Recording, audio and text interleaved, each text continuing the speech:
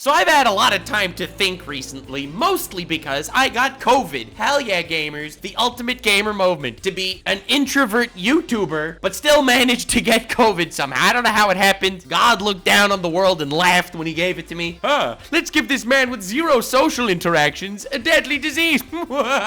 Well, very cool, God. Much love to you too. In case you're not following me on Twitter or watching my daily videos on my second channel, which you should definitely check out both of them. Links to both Twitter and second channel are in the description. I felt like updating you because that's really where this video came from. I spent a lot of time recently just thinking, and being that my major symptom of COVID is just being freaking tired all the time, but also simultaneously not being able to sleep, which is the greatest combo of all time. I've just had a lot of time to think, and I've also had a lot of time to binge rewatch Yu Yu Hakusho, a fantastic anime that I've only seen once a long time ago, and I am so glad that it's on Netflix and super easily accessible for me to watch while in my half comatose state of isolation that I currently am. So the thinking part meshed very well with some of the major themes of Yu Yu Hakusho, a fantastic anime that I highly recommend everyone watch. It's true it's old, but it's definitely worthwhile. It's just so great, and it really made me start to think, what am I fighting for? What is the reason I fight? Everyone in all of our lives are fighting. We're constantly fighting battles, whether it's battles in school trying to get good grades, or whether it's battles in life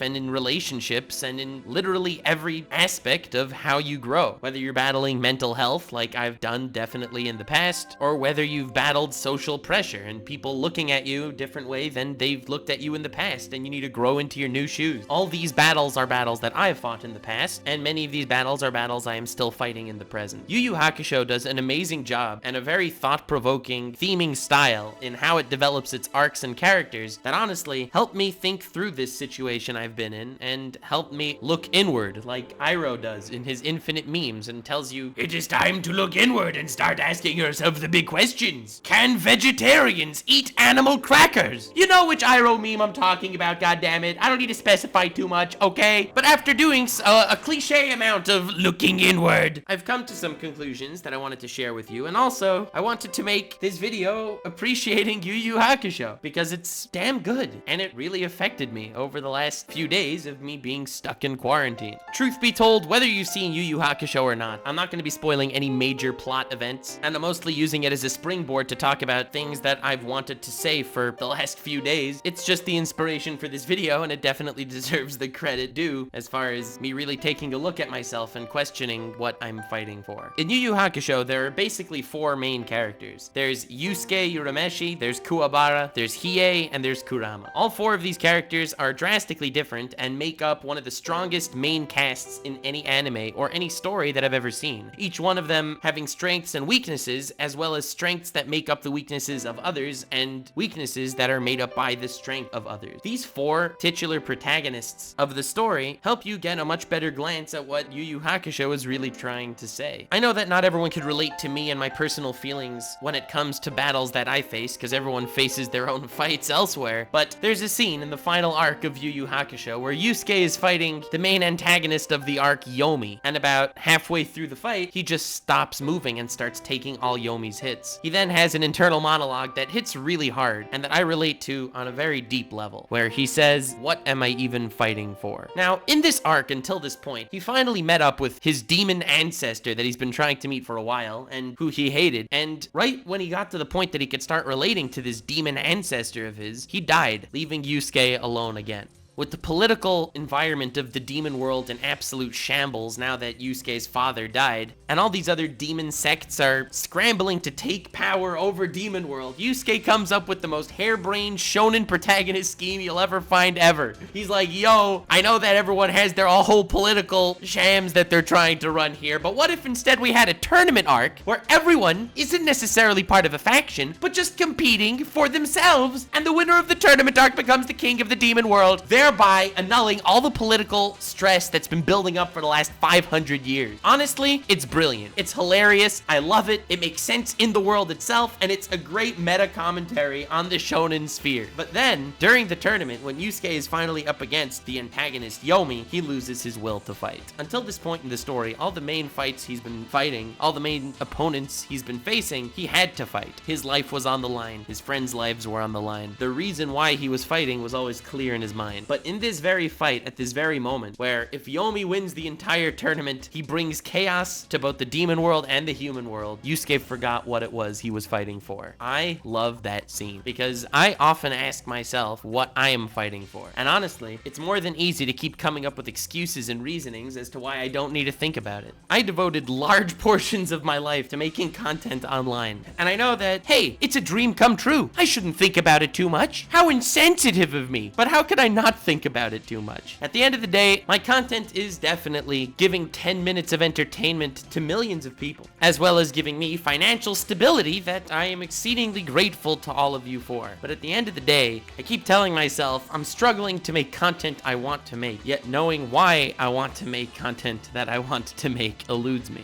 I want to grow. I want all of you that watch my videos to like and subscribe. But why do I want to grow? Why am I trying to gain subscribers? And I don't really have an answer to that. I don't have some massive revelation in this video that I could just be like, bruh, I've come to the conclusion. This is the answer. All has become clear. But while there's always some sort of short-term goal, you don't need to worry about the long term. While everything in my life was just moving, I didn't need to think about the bigger whys and the bigger battles that I'm fighting. While Yusuke, throughout the entire story, was fighting antagonists that were trying to kill him, that threatened his world, that gave him a reason why he was fighting in the here and now, he didn't need to think about the bigger picture. But in the final arc, where he was up against Yomi's massive evil plot wasn't necessarily to destroy Yusuke. In fact, Yusuke could have never come to the demon world to begin with, and he would have never even met the bastard. Yusuke's no longer in the cycle of fighting for the here and now. One of my favorite aspects of Yusuke's character in Yu Yu Hakusho is the fact that between every major arc, he is depressed. He starts off the story as a delinquent kid that jumps in front of a car to save a baby, and being that was so uncharacteristic of him, when his spirit goes to the afterlife, they're like, bro, we did not expect you to die like that. Go back down, which is a hilarious way to throw our protagonist into a supernatural world. But even more than that, it was uncharacteristic of himself to sacrifice himself to save someone else. He was living a self-centered life until that point, doing whatever he wanted, so going out of his own character to actually do something for someone else was surprising to not only him, but to the afterlife. As the arcs progress and he's thrown from one tough situation to another, every time an arc concludes, we end up with those few episodes of back in school, normal life hijinks, where he descends further and further into depression. And it hurts him. He was fighting for his life in the dark tournament, only to win and be unsatisfied with his life once it's all completed. And I totally get that. The reason why this COVID experience has been so rough for me is because while I'm always on the treadmill, while I'm always doing things, I have stupidly busy days. I have people that depend on me and people that I depend on, where there's always something keeping my attention, always something that I need to be doing. COVID's rough because I'm alone. COVID's rough because I'm stuck with only my own thoughts and I'm finally off the treadmill. Those off the treadmill episodes between big arcs in Yu Yu Hakusho hit me because those are the times where Yusuke's alone with his thoughts, kind of like how I've been over the last week or so. Those are the times where he's the least satisfied. When he's fighting for his life with all of his friends' lives hanging in the balance in the dark tournament, he's not depressed. He might be worried, he might be terrified, but he's not depressed. He knows what he's doing and he has a direction. And during those really strange moments when his life isn't in danger and when he could literally go ahead and do nothing and it wouldn't affect anyone negatively, those are the moments where he's at his lowest point mentally. I'm framing all of these in regards to Yusuke, the protagonist, but when you look at the character arcs of all the other three main characters, Kurama, Hiei, and Kuwabara, all of them also have the same exact theme. Obviously, their high points and low points are in different places because they're all different people, but all of them struggle with this same dynamic of needing a reason to fight. Kuwabara is fascinating because he's an exact opposite of Yusuke. Yusuke likes fighting, he likes fighting strong opponents, and so does Kuwabara, so on the surface level, they seem extraordinarily similar. But while Yusuke revels in the moments where everyone's lives are in danger, Kuwabara is terrified by them. Kuwabara likes all the fights, but for him, the goal has always been leading a normal life. Yusuke doesn't know what his goal is, and therefore, during the normal life periods of the show, it's agony for him, whereas it's where Kuwabara could finally take a breather. Hiei is my favorite character in Yu Yu Hakusho. Aside from just being a badass that's edgy, and who doesn't like an edgy badass? Come on! He struggles with himself tremendously throughout the entire series, playing the tsundere role, not allowing himself to mentally get close to his friends, because in his mind, based on his upbringing, he is an outsider, and he's fated to forever be an outsider. I love his backstory. He was born to these ice maidens who all give birth with immaculate conception, 2 girls. He's a male, and therefore his mother must have broken the code, and when they figured out that that was the case, they banished him. They threw him and ejected him from their ice maiden territory to live a life of solitude. He finally got taken in by bandits who eventually grew weary of him and his power, leading him to continue down his very lonely path. He's forced himself to think of himself as an outsider for the longest time, as no one could relate to him. No one could relate to someone who seemingly has what he wants, that being tremendous power, but also feeling so ultimately alone that even the people that he started trusting began to fear him. He therefore envisioned himself as an outsider forever and could never grow close to the people that he actually became friendly with as time passed. As I make videos on YouTube, I can only say that I feel like an outsider wherever I go. Aside from the fact that I don't want a life of fame and people recognizing me and asking me for autographs and just trying to basically be my friend so that I can give them clout. I never wanted to show my face. I still don't, and I'm happy I never did. I don't need to be friends with someone just because they're friends with a guy with a lot of numbers on YouTube. So I'm happy I've never shown my face, and I can say that my friends in real life are friends with me because of me, not because of clout that I might possess. That said, it always makes it insanely weird to actually talk about YouTube to them, being that we are completely disassociated from that side of myself. It's a really weird feeling. Putting myself online, making content about me, essentially. The things I care about, the things I want to joke about, the things I have fun collabing with other YouTubers about. Marketing myself has been the strangest thing in my life. And what makes it worse, the YouTube algorithm is brutal with the constant ups and downs. You could be doing great one week on YouTube, getting great views on all your videos, and then the next week, boom, the algorithm's like, nah fam, just slapping you across the face with hard-hitting reality of the fact that we are sitting in the palm of Mama Susan. The ups and downs are terrifying, because every time you hit it down, you wonder if this is the last down, if there will never be another up, if that's it, if it's over. And it's a ridiculously steep slope that's so hard to actually talk to other people about. There is no one that I know in my real life that can relate to this. No one. I could talk to people and try to explain to them why this is difficult, and they're like, bruh, you're complaining about why it's difficult, that you might not be relevant anymore with, you know,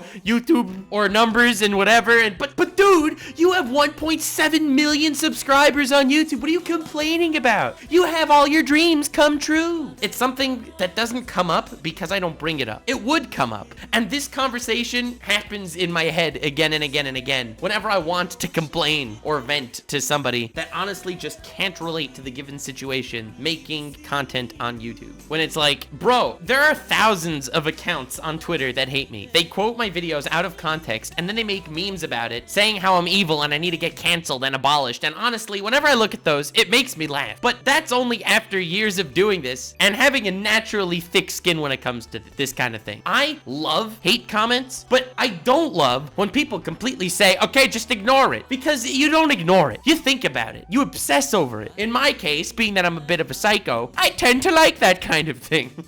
But the concept of thousands of people hating you and would love to watch you screw up and fail and die, it's a weird feeling. It's a weird feeling that most people cannot relate to. That's why when I watch Hiei and I watch his struggles and I watch him pick his fights, I think, damn, it is crazy how, despite the fact that I could not be any more different personality-wise to Hiei, like, we are absolute opposites, except for the edgy badass part.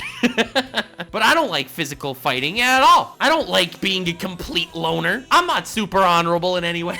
Like, I'm not gonna lie, I think honor is for pussies. Hell yeah, definitely subscribe for amazing virtuous content like honor is for pussies. Let's go gamers. But Hiei's battle throughout Yu Yu Hakusho hits me hard because he's alone. Because he's alone when it comes to the things that matter most. He has a power called the Jagan Eye. It's this eye that got implanted to him before the story started that would give him the ability to see all this crazy shiz and hopefully find this thing he's looking for, whatever. But the doctor that did the surgery on him to implant this Jagan Eye added one condition to him doing the surgery. He knows that Hiei is going to be using this Jagan Eye to look for his long-lost sister. And guess what the condition that this psycho doctor placed on him? The condition that even if you meet your sister and you find her, you can never tell her who you are. The doctor's a psycho, okay? Let's not stretch things at all, alright? But the point is, every step that Hiei's taken towards acceptance is a step ultimately taken further from acceptance. Even when hanging out with his sister, she can't know who he is. Even when befriending people, it's only for the short time until he eventually becomes too terrifying for them to associate with. So Hiei spends the entire series stuck in this crazy mental state where he knows that he cannot be befriended by anyone. No one could like him because it will ultimately clash and burn. He picks many battles throughout this story. Every time he picks another fight, it has an ultimate purpose. There is a reason why he ends up in the scenarios he does. But as he enters the final arc and he successfully found his sister and the stone that he was looking for the whole time, the reasons behind all of his battles that led him from one arc to the next, again, like Yusuke, he doesn't know what he's fighting for. Kurama's another interesting case of a character. He's beloved throughout the entire story as just a genuinely good dude that's not a moron, which is basically unbelievable as far as shonen characters. Good dude and not a moron? What?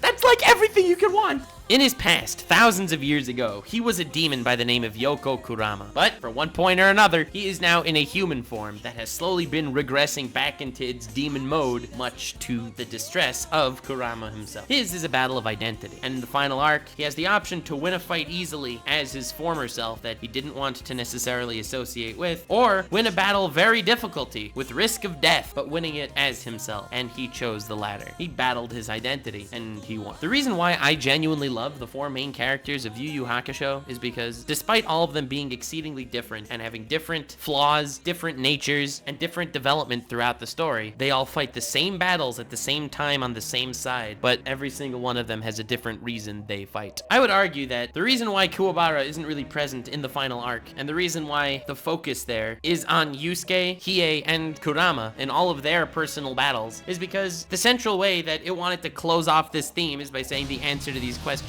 is love. Yusuke, Hiei, and Kurama all have someone that they view as more important than themselves, and that is ultimately the reason why they decide it's necessary to continue fighting. It's a beautiful answer to the query, it's a beautiful way to get yourself out of the conundrum, but it's still ever more frustrating for a viewer like me. Stuck in these two worlds, the world of YouTube as well as the world of real life, I also forget why I'm fighting sometimes. I also have a really hard time getting off the treadmill and just thinking about what I'm doing here. So I guess in a way, COVID kind of hit me like a ton of bricks, but it was also kind of a blessing. It's been nice to have the last few days to just think about what I'm doing, think about the reason why I'm fighting. But despite the fact that I just watched Yu Yu Hakusho again, that I just thought about all of these main characters and how great they were at finding a reason to fight, and finally figuring out that love triumphs all, as cliche as that gets, and as strong as the main cast of Yu Yu Hakusho goes, it didn't give me an answer to my problem. I still don't know what I'm fighting for, but I do appreciate and find solace in the fact that there are other people with the same problem that I have. One of the things I like most about anime in general is that it can tackle so many very important themes through stories that genuinely don't seem as serious as the themes that they're actually tackling. Yu Yu Hakusho was definitely that case for me. It ran its way through as a battle shonen, but it hit the exact notes that I was stressing over for the last long time in the back of my head. Everyone has a different life that brought them to this point that they are now. Every single person that is watching this video now had a different reason that they're here, and no two of you can even possibly or remotely necessarily have the same answer to the reason why you fight, because every day is a fight, every minute is a fight. Every time you're doing anything, you are fighting for your future. If you don't find a good enough reason to do so, you'll find yourself wound up in a ball of pain. I will not lie to you, making a YouTube channel in general, despite being extremely stressful over the course of my life being a YouTuber and creating a divide between me and every person that I interact with in real life, it has helped me tremendously through my own pain. As someone that has been depressed in the past, I can say with a whole heart that for me, a feeling of accomplishment was more of a remedy to my situation than any therapy or antidepressants that I have experienced. Now, I'm not saying that therapy or antidepressants aren't valid in their own way. They definitely are, and depending on your situation, you may need them. I don't know. I am not a therapist. I am not a psychologist. I am a dude that talks about anime. But for me, it definitely stemmed from not feeling worthwhile, not being happy with myself. And through accomplishing things, through creating videos that other people enjoy, that could maybe bring happiness into their lives, I have felt that level of accomplishment, and it really helped dig me out of the pit that I was falling deeper and deeper into. For a while, I thought the reason why I fight was on a much more philosophical level than it truly is. I kept thinking to myself, I'm fighting because it's better than the alternative. If I would just lay down my sword and give up the battle, just sit down and watch anime all day, I wouldn't mentally be where I am now, in a much better place than I was. I'm healthier financially, I have things that I care about, and all of these things take work. They do. And through fighting, I've gotten to these points. But again, when left to my own devices off the treadmill, and really thinking about the reason why I'm fighting because it's better than not fighting. I'm not fighting for any goal. I'm fighting because a lack of fighting is just a worse alternative. That was the first thought process that came to my mind, and it hurt, to be honest. I always took myself as someone with better reasonings behind my actions, and someone that understands myself fairly well. And I'll be honest with you, after meditating on this point for a little bit, I found solace in the antagonists of Yu Yu Hakusho. The reason why I'm really making this video is because this anime really affected me over the last few days, and a lot of thought went into it, and I wanted to share why. There are two antagonists in Yu Yu Hakusho that I would like to mention, the first being Sensui, and the second being Toguro. Sensui is the antagonist of the chapter Black arc. It's an arc focused on this dude, Sensui, who used to be the spirit detective working for the sake of good, but for some reason, right now, he's trying to rip a portal open between the human and demon worlds, letting the demons flood in and massacre humanity. Not exactly the best dude right now, weirdly enough. The reason why I like him so much as an antagonist is because he was the perfect good guy. He was someone who was able to delineate between black and white really carefully, knowing what's right and knowing what's wrong, and always towing the side of right. He would go ahead and do good deeds. He was a good guy, but if I am to be too frank, he was sheltered. The idea of being sheltered, in my mind, is something extraordinarily dangerous, and I feel like it's something that's done by ultra-religious parents to their children, sometimes to their very detriment. This is not, per se, an experience that I am talking about that I experienced myself, but it's something that I hear many people discuss, and I have many friends that talked about. It's weird, when there's such a clear line between good and evil, anything that's even slightly out of where you would expect it throws your entire system out of whack. It's an imbalance that becomes really hard to thrive in, and that's exactly what Sensui underwent that threw him into chaos. He was easily able to always do the right thing by simply viewing humanity as good and demons as evil. And as his job as a spirit detective, that's the mindset that he needed to have. He was out there trying to save humans from demons. He eventually encountered a group of humans that were torturing demons, doing unthinkably terrible things to them, and that's when he killed those humans, those very evil humans, and things started changing in Sensui. Imagine everything you think you know just turning out to be a lie. The reason why the arc is called the Chapter Black arc is because there is this legendary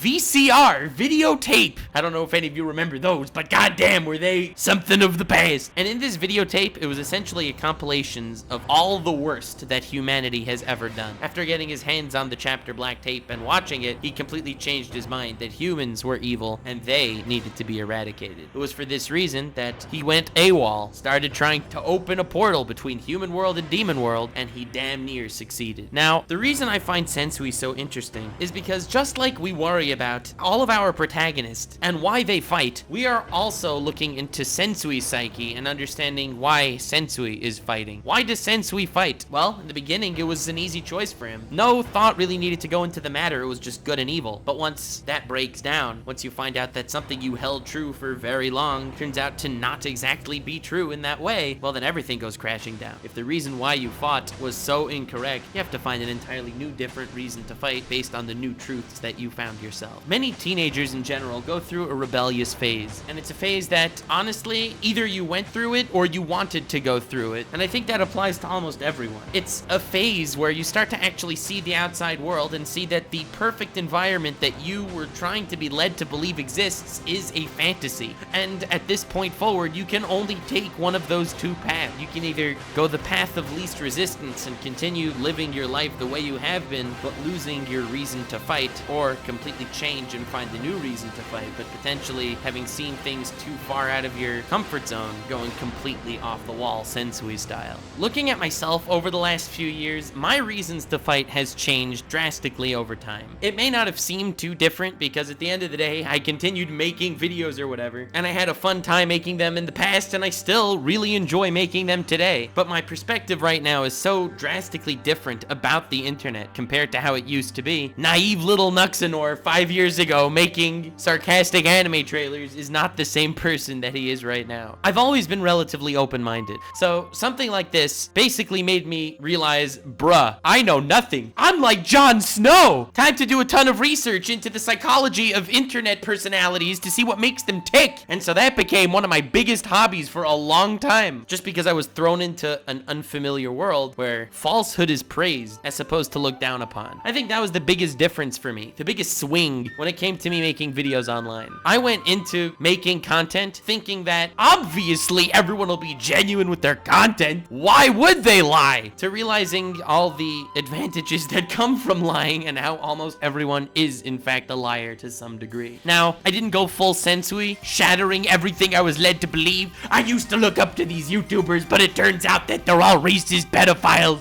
My life has changed completely now. And while my view of different YouTubers that I looked up to before making videos has changed drastically compared to how I expected them to be, some for the better and some for the worse, I'm at least comfortable with myself to the degree that I don't need to completely go AWOL, full Sensui style, and start just breaking crap. But relating to an antagonist isn't necessarily, I believe in his fight, he is completely accurate. Sensui is my spirit animal. But I could see what broke him, and I could see why he changed, and I could see, obviously to a lesser degree, in myself. And that's what makes him such a good antagonist that really gets me to think, but not as much as Toguro, a different antagonist in Yu Yu Hakusho, the antagonist of the Dark Tournament arc, and honestly, one of the best antagonists in all of anime. When I look at Yu Yu Hakusho from like a bird's eye view, I always look at it as a show carried by its 4 protagonists. Unlike Hunter x Hunter, another anime written by the same writer, where I, looking at it from a bird's eye view, always say that it's carried by its 4 antagonists. While I still stand by that to a vast degree, saying that the main cast of Yu Yu Hakusho is better in the protagonist department, whereas the cast of Hunter x Hunter is better in the antagonist department. And if you want a video like this on Hunter x Hunter and how it really affected me, definitely let me know. I'm really eager to make this video. And if you guys like it, I do hope to make more in-depth anime analysis and how they affect me kind of vibes. But I really wanted to talk about Toguro before wrapping things up with my final thoughts and conclusion. The theme in Yu Yu Hakusho of a reason to fight really hit me hard personally. It really got me to think about why I'm fighting. In some ways, me proud of myself for what I've accomplished and partially why I fight, but also falling into a sense of disillusionment, wondering what outcome I'm really fighting for. And that echoes true through the character of Toguro like almost no other antagonist I've ever seen. The Dark Tournament arc is the best tournament arc in all of anime. It's the forefather of tournaments, with everyone's life on the line. And the reason why this tournament took place altogether is because this dude, Toguro, this absolute Giga Chad, who's stupidly broken strong, says to the main character squad, I will murder you all right now. And I could, and they know he could, but he won't, on the condition that they enter the Dark Tournament, and then they'll fight in the finals, and then we'll see if under a match with rules and shiz, the main characters could actually survive. The main characters had no choice. They had to join this tournament, if only to live a while longer until they're eventually defeated there. But through insane training, insane perseverance, and a lot of willpower, they joined this Dark Tournament, where their chances to survive are slim in order to defeat Toguro there. The curious nature of Toguro's character is why he would go through all of this, and why he wants them to fight. The obvious reasoning here is he wants a strong opponent. We've all grown up on Dragon Ball to the point that we understand Goku's quest for a powerful opponent. Hell yeah, Goku,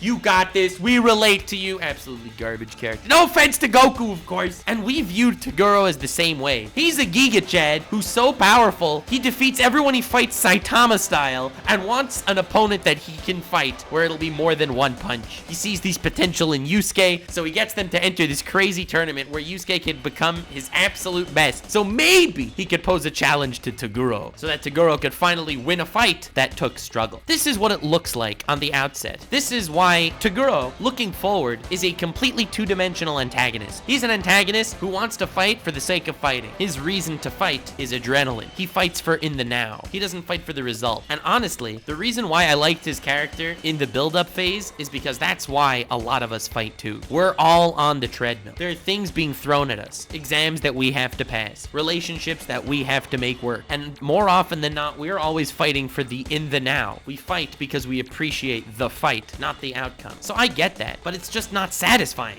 It only works while you're enjoying the battle. Once the struggle becomes too hard, what's stopping you from giving up then? And it's this mindset that's made me want to give up several times before in the past. If I'm just making videos for the sake of making videos, to what end am I making videos? Just to make more videos? It gets you to think, and that's something that more often than not makes you want to give up your battle. But looking at Toguro from hindsight, you see a completely different character. And this is why Toguro is the greatest antagonist in Yu Yu Hakusho by a long shot in my mind. Looking at it from the good guy's perspective, the reason why Yusuke is fighting is because he's fighting for his friends as well as for himself. He'd be dead unless he fought. So being that there's no alternative, fighting is the only option and he'll give it his absolute all. But Toguro's backstory shows that he is a completely different beast. He used to be like Yusuke. He used to fight for something greater than himself until at some point a demon wiped out all of his students. So he joined the Dark Tournament, he trained his absolute best, and he managed to defeat this demon. But then conflicted with the frailty of the mortality of a human life, he became the thing he sought to destroy, unwilling to confront the sad truth of what life is all about. He decided, going this path, he can stay on the treadmill forever, instead of stepping off and looking back and realizing the futility of life in general. It's a sad outlook, and Toguro knew that. Despite remaining on his treadmill, becoming stronger and stronger his entire life, despite leaving the weakness of humanity and death aside, as an afterthought, he begun to shift the reason why he fought. He's no longer fighting for a conclusion greater than himself, he's fighting for himself. And as long as he can keep fighting, he doesn't need to keep thinking. It was sad, and he knew it was sad. It was wrong, and he knew it was wrong. But despite that fact, he didn't need to linger on these things because he could just keep fighting and foraging forward. It's a mindset that so many of us have. It's a mindset that I find myself lost in more often than not. Just fighting for the sake of fighting. Every day being a struggle. Making through the day just so another day could come that I can fight through as well. This was the mentality that he's chosen, and this was the philosophical life that he decided he wanted to bear, but he didn't like it. The reason why he set it up in a way that Yusuke would fight him at full power and be a challenge wasn't so that he can actually have a challenging fight like we so naively viewed him to be. He wanted Yusuke to be strong enough to beat him so that Yusuke could beat him and not become him. So that Yusuke could feel the infinite potential he would have had he just gone the steps of Toguro, gaining insane power, living forever and giving up the frailty of a human life. But if he beats Toguro and he beats his philosophy by not becoming him and going back to school, getting off the treadmill and looking at things objectively, even if it'll cast you down a spiraling depression, at least you're looking at it objectively. At least then you can fight your demons and you could grow as a person. You don't need to stay stagnant mentally by growing constantly physically and not thinking about who you really are or what you really fight for. Every day isn't just a battle to get to the next day. Every day is a battle that you can eventually win. Toguro fought through the tournament, through his life, hoping and waiting for someone to challenge him and defeat him and not become him. He was waiting for someone to defeat him and also prove that his idealism is wrong. After Toguro is beaten by Yusuke and dies and goes to heaven, Ko-Enma, the ruler of the spirit world that will decide his fate, says that Toguro is a man with a wounded heart and a broken dream. And then Toguro requests to go to hell for eternity as his punishment for his crimes. He is such a layered, complex character. This isn't a character analysis, but it's more of an analysis of the theme of a reason to fight. His reason to fight had an end goal. His reason to fight was to prove that his reason was incorrect. And it's such a sad character. Almost no character do I feel for as much as Toguro. There are many villains that I like in fiction that I think are well-written villains, but not one that I actually end up on the verge of tears thinking about how this shattered man with a broken dream who did so much evil finally ended up. Obviously, I'm not suggesting we go down the route of Toguro. We become a self-destructive mess that eventually finds our wrongdoings in our final hour. I'm suggesting taking Toguro's mindset of battle, and even though it's difficult, trying to view it from an outside perspective. Over the last bunch of days, stuck at home, watching Yu Yu Hakusho, I fell in love with this concept of picking your battles and your reason to fight. Everyone's reasons are different, and we could all just keep fighting as long as we try to keep standing on the treadmill, forging forward until eventually something breaks. It's very rare to be able to actually take a step off the treadmill and try to holistically look at yourself and ask yourself genuinely what you fight for. And being that the answer is probably always going to be multifaceted, I can't just tell you the one word finale to this massive quest. Despite the multiple burdens that each of our lives have, and they undoubtedly do have them, whether it's mentally, physically, or socially, we all have our battles. But in order to not completely spiral out of control, I think every single one of us needs to retrospectively look at ourselves, attempt to see ourselves from a third-party perspective and come to a conclusion that we ourselves are satisfied with, asking ourselves the reason why we fight. And not why you're fighting for the sake of fighting. Everyone fights for the sake of fighting to some degree just to get to the next day and to get over the humps of life. But remember to get off the treadmill every once in a while and try to look at yourself for who you are. Because the truth is, we're all different and we all have a different answer to this, and it's not an answer that could be given to someone. But if you stay on the treadmill and just fight for the sake of fighting, you too can end up as a wounded heart and a broken dream. I'm privileged to be in the position that I could bring the smiles to thousands of faces across the world every day, whether it's on my main channel or my second channel, which is linked in the description, and I post there daily. But thinking of those smiles, thinking of the friends I've made here, and thinking of the people that I care about, whether online or in real life, it definitely did help me find a conclusion and tell me my reason to fight.